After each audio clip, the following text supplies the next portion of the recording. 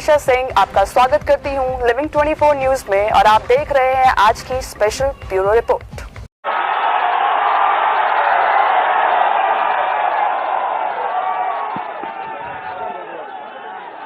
Samajwadi party के हमारे प्रत्याशी और इंडिया गठबंधन के राजीव राय जी, पार्टी के हमारे जिलाध्यक्ष दूधनाथ यादव जी, विधायक सुधाकर सिंह जी, विधायक राजेंद्र कुमार जी, सुहेलदेव स्वाभिमान पार्टी के राष्ट्रीय अध्यक्ष महेंद्र राजभर जी, विधायक एचएन सिंह पटेल जी, हिलाल अंसारी साहब, यहां पर उपस्थित बहुत ही प्रतिष्ठित परिवार के श्रीमती सुधा राय जी, तैयब पालकी जी, श्रीमती लीलावती कुशवाहा जी, अल्ताफ अंसारी साहब, चंद्रदेव राम करेली साहब पूर्व मंत्री, राम जतन राजभर जी, शैलेंद्र यादव जी, श्रीमती आशा यादव, शिवचंद्र राम, हाजी इरफान साहब राष्ट्रीय सचिव, लालचंद यादव जी, चंद्रकांत मौर्य जी, अमान अहमद, राम प्रकाश यादव जी, मनीष सिंह तिवारी, सत्येंद्र कुमार राजी, शिव प्रताप यादव जी से लेकर के बहुत सारे साथी हैं मंच पर। हमारे पार्टी के सभी नेता, पूर्व मंत्री महबूब अली जी से लेकर के उमर से लेकर के सभी हमारे समाजवादी पार्टी के वरिष्ठ नेता, कांग्रेस पार्टी के, आप पार्टी के और इंडिया गठबंधन के सभी सहयोगी दल के नेता जो मंच पर हैं, सभी हमारे नेतागण, इस चुनावी जनसभा में उपस्थित हमारे आदरणीय बुजुर्ग किसान भाई, बड़ी संख्या में नौजवान साथी, पत्रकार बंधुओं और हमारे सभी बुनकर भाई, मैं सबसे पहले यहां पर उपस्थित आदरणीय बुजुर्ग किसान भाई और बुनकर भाइयों का बहुत बहुत धन्यवाद और आभार प्रकट करना चाहता हूं।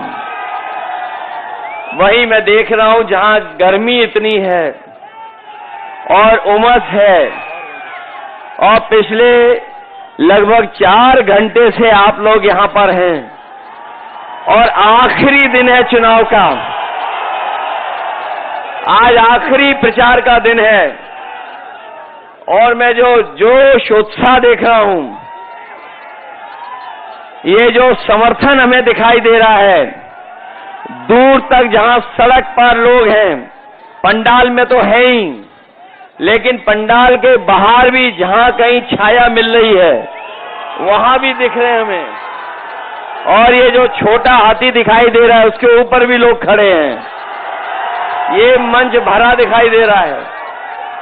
दूर हेलीकॉप्टर के आगे भी लोग हमें दिखाई दे रहे थे, पीछे भी हैं और जब नीचे से नहीं दिखाई दे रहे थे तो मंच को देखने के लिए कोई खंबा नहीं बचा।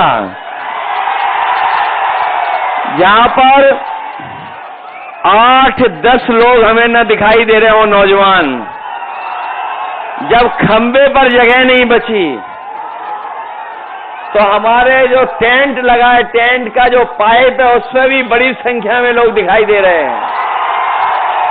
लेकिन जो ऊपर हैं, मुझसे निवेदन है इसके बाद और किसी को मत ऊपर बुलाना।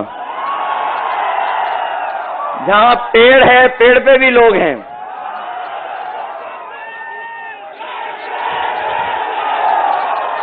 ये समर्थन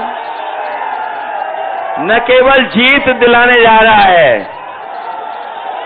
बल्कि रिकॉर्ड मतों से राजीव राय जी को जिताने जा रहा है। और जो लोग पिछले कई चरणों का चुनाव देख करके लड़खड़ा गए हैं, जो पिछले 6 चरणों का चुनाव देख करके लड़खड़ा गए हैं, न केवल खुद लड़खड़ाए हैं, उन्हें मैं समझता हूं ऐसे लड़खड़ाए हैं कि अब उन्हें छड़ी भी नहीं बचा पाएगी। और भाषा तो बदली बदली है, लेकिन जो साथी हमारे प्रधान सांसद जी का भाषण सुन रहे होंगे, वो जान रहे होंगे कि पता नहीं क्यों प्रधान सांसद जी एम शब्द के पीछे पड़ गए हैं या मां शब्द के पीछे पड़ गए हैं। जहां कभी उन्होंने मीट को लेकर के कुछ कहा, मच्छी को लेकर के कुछ कहा, और जब उन्हें कुछ होश नहीं रहा तो वो मुजरे तक पहुंच गए और उससे उबरे भी नहीं थे। तब तक महात्मा गांधी जी को याद करने लगे। अब सुनने में आया है कि उन्हें परिणाम पहले ही पता लग गया है। वो मेडिटेशन करने कहीं पहुंच गए हैं, तपस्या करने। ये कितनी भी मां मां मां कर लें, लेकिन इस बार मऊ वाले इनको छोड़ने वाले नहीं हैं। और देख लेना, जब परिणाम आएगा तो यही कहेंगे कि उनकी तपस्या में कोई कमी रह गई थी। जो लोग 400 पार का नारा दे रहे थे, याद है कि नहीं याद है? जो 400 पार का नारा दे रहे थे, लेकिन 6 चरणों के चुनाव के बाद और जो जनता का गुस्सा उन्होंने 7वें आसमान पे देखा है, तब से 400 पार नहीं 400 हार याद आ रही है उन्हें। और 400 पार का जो नारा दिया था उसको हम लोग बाद में समझ पाए।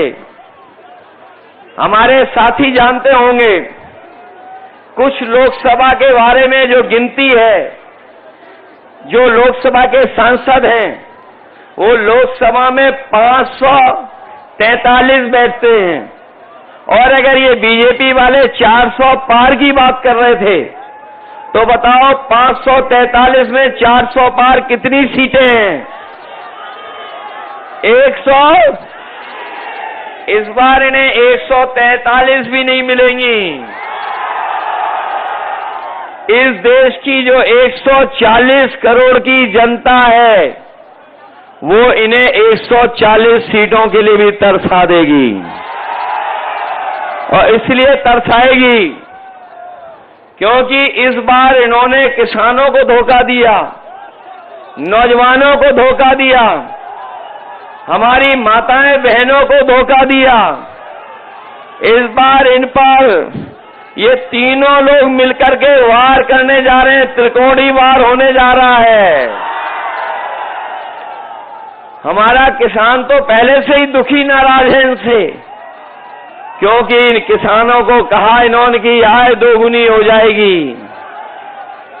मुझे सुनने में आया है कि देश के प्रधानमंत्री, देश के गृह मंत्री, मुख्यमंत्री और जिनको कोई नहीं जानता वो उप मुख्यमंत्री कई बार आए हैं यहां, कई बार आ गए हैं, और उन्हें पता है कि घोसी का परिणाम क्या था। उन्हें जब घोसी का परिणाम पहले ही पता है तो सोच लिए क्यों आ रहे थे वो इसलिए आ रहे थे कि आप अपने वोट के दिन सावधान रहना। बताओ, वोट के दिन आप लोग सावधान रहोगे कि नहीं रहोगे? जहां इन्होंने किसानों को धोखा दिया था, वहीं हमारे नौजवान जानते होंगे कि एक एक नौजवान को इन्होंने जब कभी परीक्षा देने गया तो इन्हें धोखा मिला है। कोई परीक्षा ये सरकार नहीं करा पाई। जब भी परीक्षा हुई इस सरकार में पेपर लीक हो गया और पता नहीं कहां पर लीक है जो अभी तक सरकार लीकेज नहीं रोक पाई है। बताओ पेपर लीक हुए कि नहीं हुए? और जो नौजवान जानता होगा, जिसने परीक्षा की तैयारी की होगी, पढ़ा लिखा, अभी तक जितनी भी परीक्षाएं हुई हैं सब परीक्षाओं के पेपर लीक हो गए। और याद रखना नौजवान साथियों, ये पेपर लीक नहीं हुए हैं, इस सरकार ने जानबूझ करके पेपर लीक कराए हैं और इसलिए पेपर लीक कराए जिससे नौजवानों को उन्हें नौकरी न देनी पड़ जाए।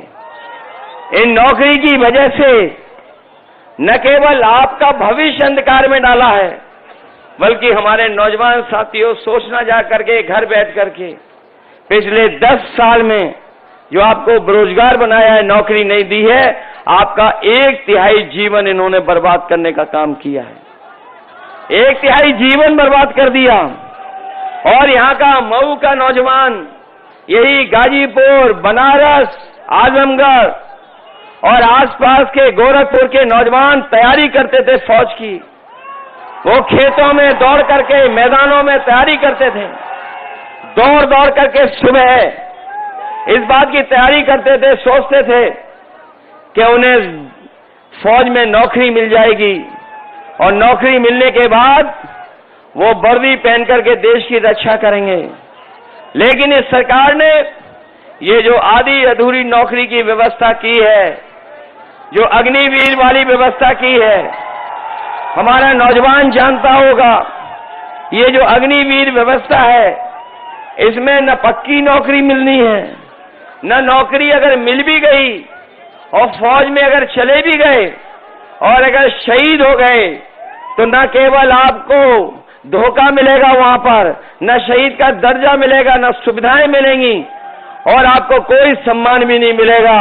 इसलिए समाजवादी पार्टी और इंडिया गठबंधन अपने नौजवानों को कह के जा रही है कि जब कभी भी सरकार बनेगी 4 तारीख को ये अग्निवीर व्यवस्था हमेशा हमेशा के लिए खत्म हो जाएगी और पहले जैसी नौकरी जहां पर पक्की वर्दी पहनने को मिलती थी, पक्की नौकरी मिलती थी, वही व्यवस्था लागू करेंगे।